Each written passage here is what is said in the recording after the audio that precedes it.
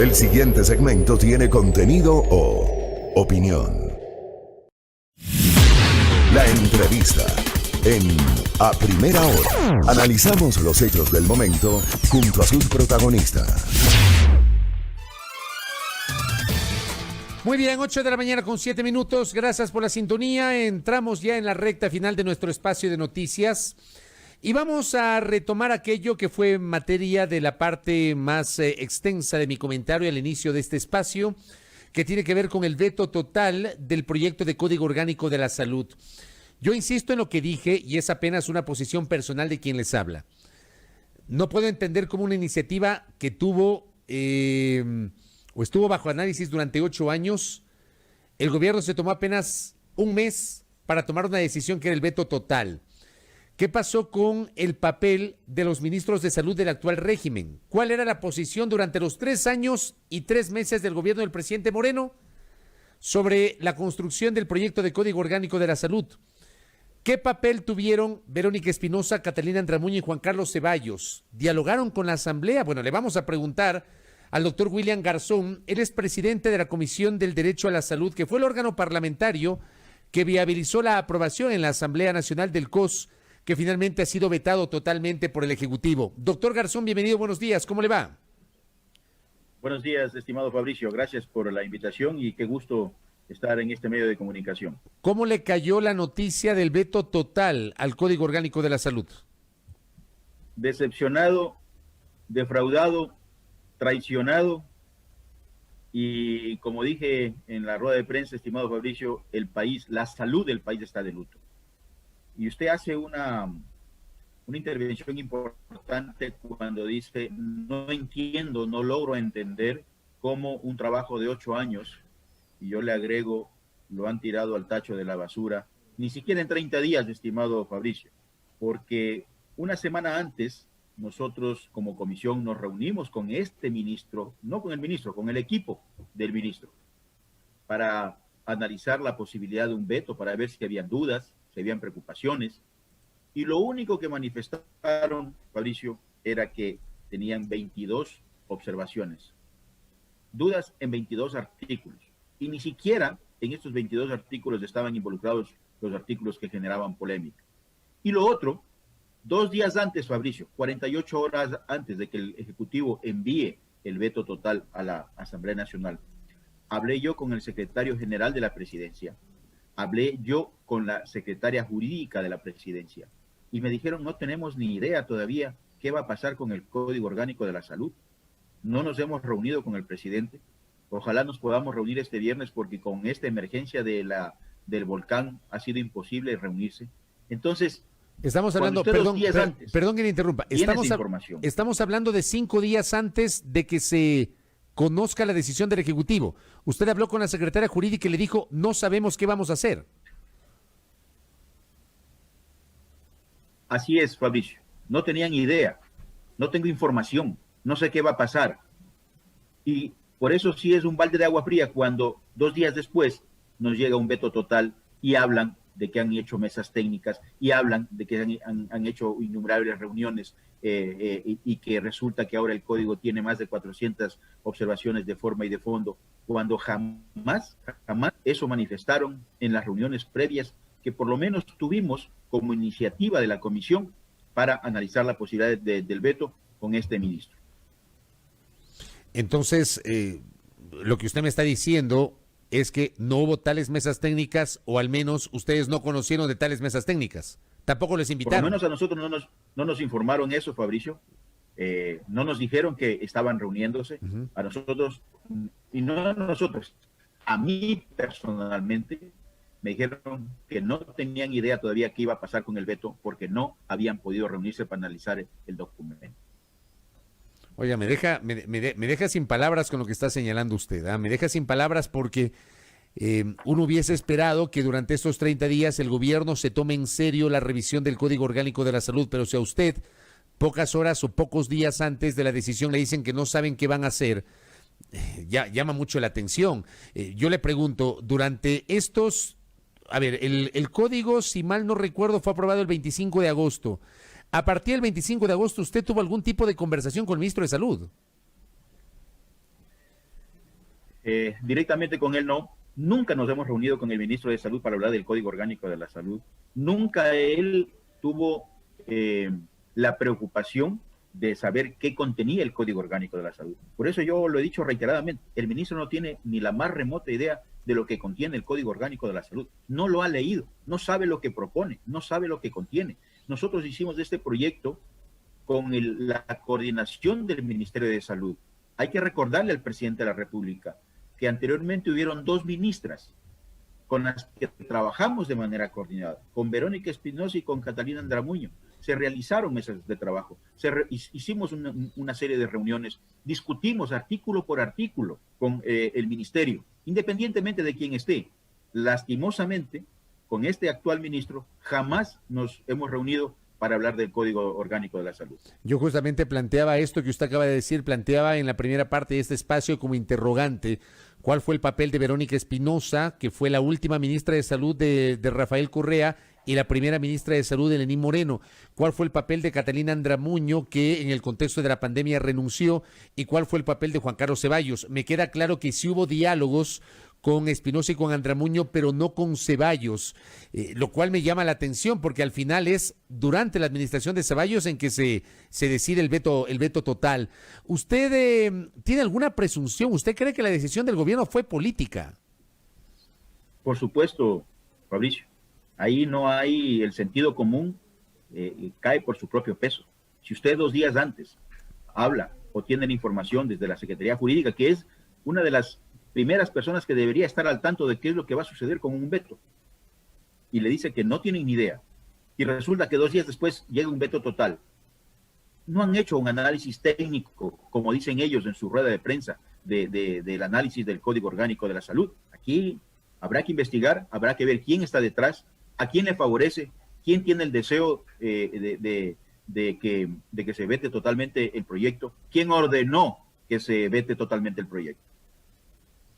Correcto. Vamos a desmenuzar algunos aspectos del proyecto de Código de la Salud que para algunos sectores, sobre todo los más conservadores, que además han aplaudido la decisión del veto total del Ejecutivo, esos sectores han señalado que ese proyecto era nocivo. Por ejemplo, le pregunto, ¿es verdad que el proyecto de Código Orgánico de la Salud de alguna manera daba paso a viabilizar el aborto en el Ecuador, doctor William Garzón?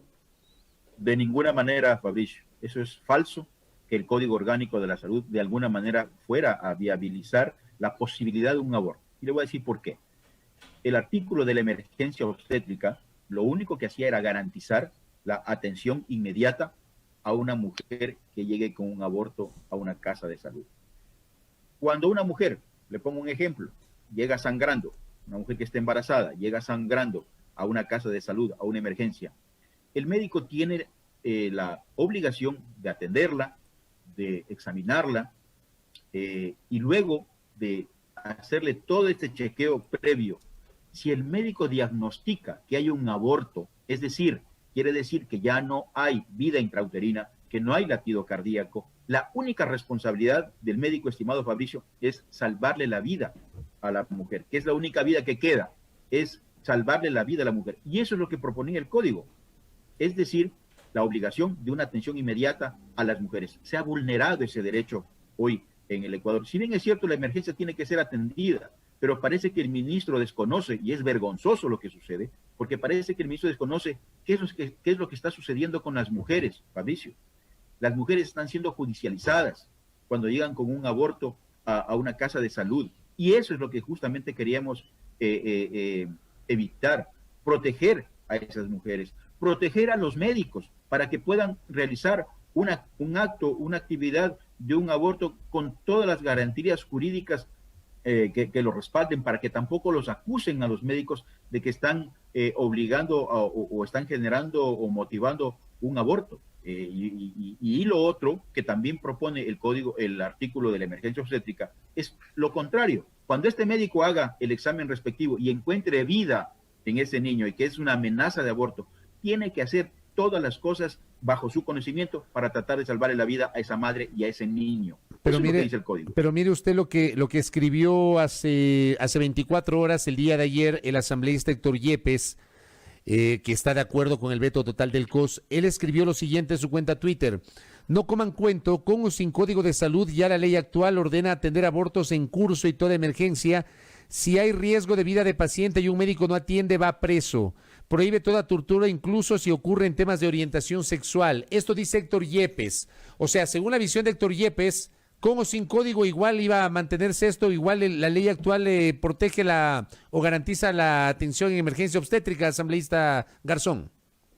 Claro que sí, Fabricio, y eso es lo que acabo de decir. En el Ecuador hay la obligación de atender una emergencia, cualquiera que sea, más aún que se trate de una emergencia obstétrica. Lo que yo le decía es que lo que desconocen el Ejecutivo, el asambleísta, es qué es lo que está sucediendo con las mujeres que están siendo judicializadas. Las están metiendo presas porque llegan con un aborto. A los médicos los están metiendo, los están acusando porque están atendiendo un aborto. Eso es lo que queremos, lo que se quería de alguna manera regular para darle la garantía jurídica tanto a la mujer como al médico de poder atender un aborto. Eso es absolutamente claro. Y lo otro, cuando usted tiene un Código Orgánico de la Salud que deroga todas las leyes actuales, quiere decir que esta ley derogaba a lo que hace referencia el asambleísta. Había la necesidad de colocar un artículo de esa naturaleza para garantizar esa atención.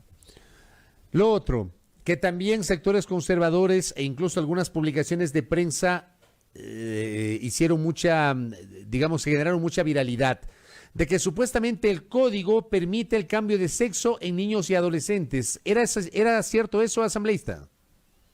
Mentira, estimado Fabricio, absolutamente falso. Jamás el Código Orgánico de la Salud proponía una aberración de esa naturaleza. Lo que el Código Orgánico de la Salud propone es que en los casos exclusivamente de lo que se conoce como hermafroditismo, es decir, cuando hay ambigüedad sexual, cuando no sabemos si es hombre o mujer, en esos casos se puede realizar esta cirugía donde se define el sexo a la persona o al joven. No se lo haga para poder entender este artículo, Fabricio, hay que saber qué es lo que está sucediendo actualmente. Hoy, cuando nace un niño con esta patología, lo que se hace es que el médico, junto con el padre, deciden en este momento si su hijo quiere ser hombre o mujer. Es una decisión del padre en este momento. Y lo operan y resulta que crece este niño y no ha sido hombre, sino que ha sido mujer. El impacto psicológico que se produce es enorme. Entonces, lo que propone el código es que esta cirugía, que hoy la están realizando cuando el niño nace, no se la haga cuando el niño nace, sino cuando esta persona adquiera sus características sexuales secundarias, cuando adquiera su desarrollo fisiológico y podamos evidenciar si es hombre o mujer y ahí sí realizar la cirugía. Eso es lo que propone. No es que va a ir un joven, no es que va a ir un adolescente y que quiera decir y decidir yo quiero ser hombre o quiero ser mujer a esa etapa de la vida. Eso es mentira, eso es falso. Pero esto también se dijo, ¿no? Y esto apareció publicado en algunos portales, asambleísta.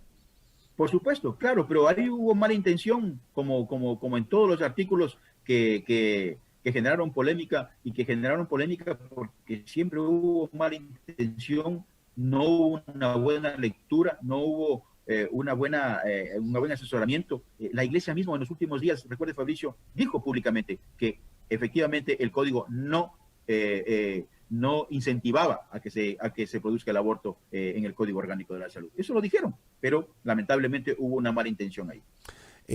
Una de las cosas que también dijo el ministro de Salud el día viernes en su intervención es que el Código de la Salud no incluyó o no observó el contexto de la pandemia que implica una nueva realidad para el sistema sanitario del Ecuador. Yo reflexionaba esta mañana también, porque ya hemos conversado con usted, asambleísta, en varias ocasiones, incluso por un tema de conocimiento del contenido del proyecto. Yo reflexionaba en la mañana con mis oyentes y mis internautas y los televidentes, y les decía, a ver, señores, el segundo debate fue cerrado en diciembre del año pasado, y la emergencia empezó recién en febrero. Era imposible que antes del segundo debate se incorporen los temas de la pandemia cuando no sabíamos qué iba a pasar. Pero este argumento también ha sido mencionado por el gobierno, asambleísta Garzón. Es uno de los argumentos que se caen también por su propio peso. Y lo escuchamos al ministro de Salud, y yo quiero invitarlo a que usted haga un análisis profundo, estimado Fabricio. Cuando el ministro dice que no hay nada de pandemia, que el código no dice nada contra el estrés, que el código no dice nada para los diabéticos, que el código no dice nada para los suicidios, para la violencia. Esto no es un compendio de medicina, esto es una ley, Fabricio. Por eso la ley tiene que ser conceptualizada en lo que verdaderamente debe significar. Y su razonamiento es lógico. Hace 2 años la Comisión de Salud aprobó el informe para segundo debate del Código Orgánico de la Salud. Allí no teníamos pandemia.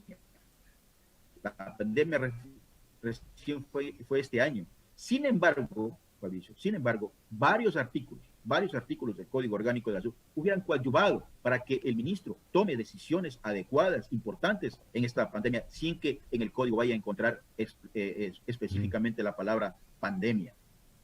Hubiera tenido la capacidad de hacer cabeza en una emergencia sanitaria como autoridad sanitaria nacional, para que no le den haciendo las cosas, para que no sea otra entidad la que haga cabeza en una emergencia sanitaria y sea la autoridad sanitaria nacional la que en una mesa técnica, que es lo que proponía el Código Orgánico de la Salud, pueda reunir a verdaderos expertos nacionales, internacionales, a salubristas, a epidemiólogos, para que tomen las mejores decisiones en el momento más adecuado en el manejo de esta pandemia, pero han sido incapaces de hacerlo. Y los resultados lo dicen abiertamente. No han tenido la capacidad de poder manejar esta pandemia, esta emergencia sanitaria. El gobierno también dice que el COS duplicaba funciones con la creación de instancias como el Consejo Nacional de Salud. ¿Es así, doctor Garzón? Falso también, Fabricio. El CONACYT fue creado en la ley del 2002. En el Ecuador ya existe el CONACYT. O sea, no es que se creaba un nuevo organismo. No es que se crea un nuevo organismo. Hay un desconocimiento, ya le digo, vergonzoso por parte del ministro. Parece que no les gustó que en esta instancia que nosotros fortalecimos, que desde el Consejo del Sistema Nacional de Salud, estábamos involucrando a la sociedad civil para que pueda ser parte de una veeduría importante de la toma de decisiones de las políticas públicas que genere el Ejecutivo, el Estado, el Ejecutivo frente al Sistema Nacional de Salud. Y estábamos, sí, involucrando en este Consejo Nacional de Salud, para que no solamente sea la Autoridad Sanitaria Nacional o el Ministro de Salud el que tome las decisiones, sino que tenga también la contraparte de la empresa privada, de la medicina prepagada, de los trabajadores, de los gobiernos municipales, etcétera, etcétera, para que puedan tomar las mejores decisiones y puedan generar esa veeduría importante de control de las políticas del Sistema Nacional de Salud y puedan recomendar, porque ese era el papel de puedan recomendar qué acciones se podrían tomar para mejorar el Sistema Nacional de Salud. Y claro que sí se crean ciertas subcomisiones, pero justamente era para tratar de mejorar el trabajo de esta comisión. Pero el CONACYT, Fabricio, ya está en el Ecuador vigente desde el año 2002. ¿Y qué decir de las sanciones administrativas que también ha mencionado el Ejecutivo, que creaba 172 sanciones administrativas para profesionales de la salud? Muestra una vez más el desconocimiento del ministro, la falta de haber leído este proyecto, porque no crea 172 sanciones a los médicos, crea 172 sanciones de manera general a todo el sistema administrativo del Sistema Nacional de Salud en el Ecuador. Recuerde, Fabricio, que en nuestro país en este momento la mala práctica profesional está sancionada con cárcel, es punitiva. En el COIP no existe una sanción administrativa. Y esto fue un capítulo trabajado enormemente con el gremio de profesionales, con las federaciones, con los colegios médicos, en los que ellos decían sí, deben haber sanciones porque también tenemos que proteger a nuestra profesión, pero también debe haber la oportunidad de que existan sanciones administrativas y marcar una diferenciación y establecer una responsabilidad en la persona que cometa el error o la institución. Hoy un médico que realiza una cirugía o tiene algún problema porque fallece algún paciente en alguna intervención, etcétera, en una casa de salud, por alguna responsabilidad administrativa, llámese, Fabricio, que se fue la luz, que se acabó el tanque de oxígeno, que faltó un equipo, etcétera, etcétera. El único responsable hoy por hoy es el médico. Toda la responsabilidad penal cae sobre el médico. Lo que estamos estableciendo son diferenciando las responsabilidades Si es la Casa de Salud la que cometió la irresponsabilidad de no tener su equipo al día, etcétera, etcétera, será una responsabilidad, una sanción para la Casa de Salud, ya no para el médico. Esas son las cosas, por poner un ejemplo, que establecía el Código Orgánico de la Salud. Correcto. Lo último, con esto no hay nada más por hacer. O sea, la atribución constitucional que tiene el presidente del veto total se ha ejecutado. Eso implica que el proyecto se guardará en el archivo durante un año y probablemente el próximo gobierno, la próxima asamblea podrían volver a tomar en cuenta el tema. Pero el ministro de Salud dijo en su intervención del viernes que con esto se debería comenzar a viabilizar la construcción de un nuevo proyecto.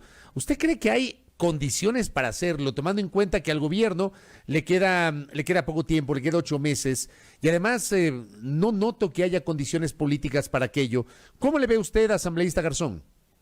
Ese es otro engaño para el pueblo ecuatoriano, estimado Fabricio. Venir a decirles que van a empezar con un nuevo trabajo, si con lo que tienen no pueden, si con el manejo de la emergencia sanitaria no lo han podido hacer. Peor aún, van a dedicarse a la construcción de un nuevo Código Orgánico de la Salud. No es un trabajo sencillo, es muy difícil, y más aún cuando sabemos que esta asamblea después de un año podrá tratar el Código Orgánico de la Salud. Después de un año ya no estaremos, tampoco estará el Ejecutivo, tampoco estará el ministro, que la historia lo recordará como el que sepultó la salud en el Ecuador. Así es que es un engaño más para el Ecuador. Correcto. Doctor Garzón, gracias por el tiempo y por la gentileza de habernos atendido. Que tenga un buen día. Estimado Fabricio, gracias y un saludo especial para todo el Ecuador. Gracias. William Garzón conversando aquí en A Primera Hora, justamente presidente de la Comisión Legislativa del Derecho a la Salud, con su postura crítica respecto de los argumentos que han sido presentados por parte del presidente Lenín Moreno, a través de la secretaria jurídica de la presidencia, Joana Pesantes, del ministro de Salud, Juan Carlos Ceballos, del viceministro de Salud, Javier Solórzano, que comparecieron ante los medios el pasado viernes a las 9:30 de la mañana para informar la decisión del Ejecutivo de ir al veto total. Y me quedo con lo que dice William Garzón, lo que dijo en el inicio de la entrevista, que pocos días antes, la misma semana, o sea, la semana anterior, le había consultado a la secretaria jurídica y la secretaria jurídica dice, palabras del asambleísta Garzón, la secretaria jurídica le dijo que no saben qué van a hacer, que no se habían reunido con el presidente, que estaba ocupado el presidente con el tema del Sangay, palabras del asambleísta Garzón. ¿Cómo pueden haber revisado, tomándole la palabra a la versión del asambleísta Garzón, cómo pueden haber revisado un proyecto de ley de 400 y pico de artículos en menos de 5 días y optar por el veto total? O sea, no me cabe a mí, realmente no lo entiendo. O sea, los argumentos son incomprensibles. Tuvieron un mes para hacerlo y antes, el propio asambleísta Garzón dice, participaron en el debate y construcción del proyecto de ley la ministra Verónica Espinosa, que fue la primera ministra de Salud de este gobierno, la ministra Catalina Andramuño, que fue la segunda ministra de Salud de este gobierno, participaron en el proceso de construcción. ¿Cuáles fueron los aportes del Ministerio de Salud, que ahora mismo son denostados o fueron echados por la borda por el actual ministro, quien, ha dicho el asambleísta Garzón, no participó en ningún tramo del análisis de este proyecto de ley? De verdad, para la reflexión, no se entienden las cosas.